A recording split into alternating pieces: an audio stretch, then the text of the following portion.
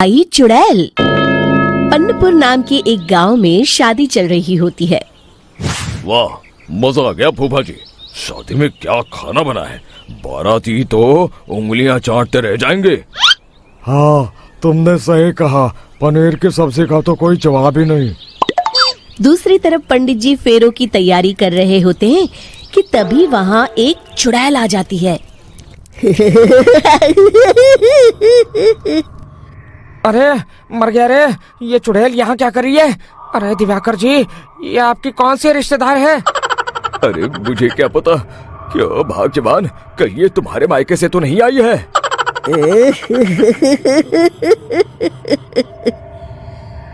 तुम लोगों की इस गांव में बारात लाने की हिम्मत कैसे हुई? मेरे रहते इस गांव में किसी की शादी नहीं हो सकती। अब तुम लोग देखो मैं क्या करती हूँ। अरे मर गया रे, मैंने सुना है ये जबान की पक्की है। भागो रे भागो, वरना ये चुड़ैल किसी को नहीं छोड़ेगी। हाँ, तुम सही कहते हो मोहन भाई, यहाँ से भाग लेने में ही हम सबकी भलाई है। देखते ही देखते शादी के मंडप में भगदड़ मच जाती है और चुड़ैल सब कुछ उजाड़ कर रख देती है। फिर एक दिन मोहन की शादी तय हो जाती है। अरे भाई, अगले हफ्ते मेरी शादी तय हो गई है, लेकिन इस चुड़ैल की दहशत के मारे तो मेरे हाथ पैर कांप रहे हैं। अरे मोहन, तुम्हारा दिमाग तो खराब नहीं हो गया? तुम अपने साथ साथ हम सब गांव वालों को भी बलि का बकरा बनाना चाहते हो? उस चुड़ैल के रहते तुमने अपनी शादी के बारे में सोच भी कैसे लिया? देखो गोपाल, डर तो मुझे भी लग रहा है, लेकिन उस चुड़ैल के डर से मैं जिंदगी भर कुंवारा तो नहीं रह सकता। तभी वहाँ मोहन के होने वाले ससुर आ जाते हैं। अरे ससुर जी आप? देखो, अब तक मैं तुम्हारा ससुर बना नहीं हूँ और शायद बनूंगा भी नहीं। ये आप क्या कह रहे हैं? मैंने तो शादी का कोड भी सिलवा लिया है। मैं अपनी बेटी की शादी किसी अच्छे गांव में कराना चाहता हूँ। तुम्हारा गांव तो भूतिया गांव है। मैं तो क्या, अब तो कोई भी अपनी लड़की इस गांव वालों को नहीं देगा। इस तरह चुड़ैल के डर से उस गांव में किसी की भी शादी नहीं हो पाती। फिर एक दिन गांव के जमींदार अपनी बेटी की शादी करने का विचार करते हैं, लेकिन चुड़ैल के डर से उनकी भी हिम्मत जवाब दे देती है। अगर मेरी बेटी की शादी तय समय से नहीं हुई तो मेरी नाक कट जाएगी। मुझे कुछ करना ही होगा।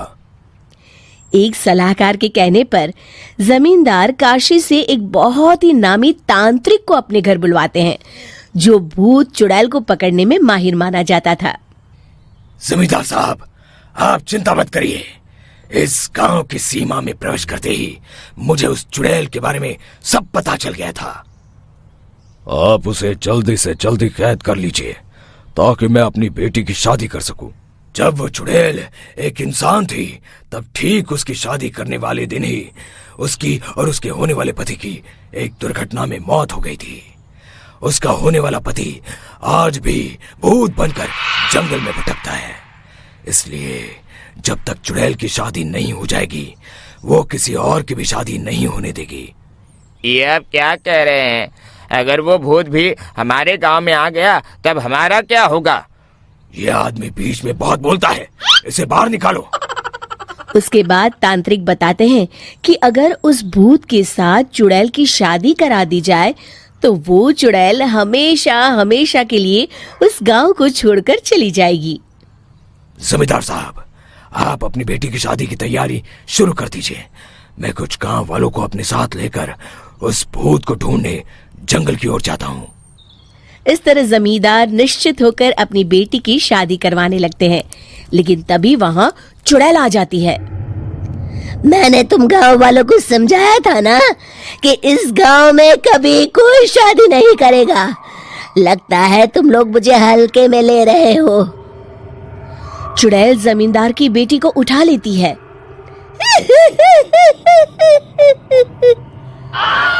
अब देखती हूँ बिना दुल्हन के तुम लोग शादी कैसे करोगे। मैं इसे अपने साथ ले जा रही हूँ। छोड़ मुझे, पिताजी, मुझे बचाइए। अरे कोई मेरी बेटी को बचाओ। तभी तांत्रिक उस भूत को लेकर वहां पहुंचता है। अरे भाग्यवान, रुको, इन मासूमों को परेशान मत करो, मैं आ गया हूँ, अब तुम मेरे साथ चलो। चुड़ैल बहुत खुश हो जाती है।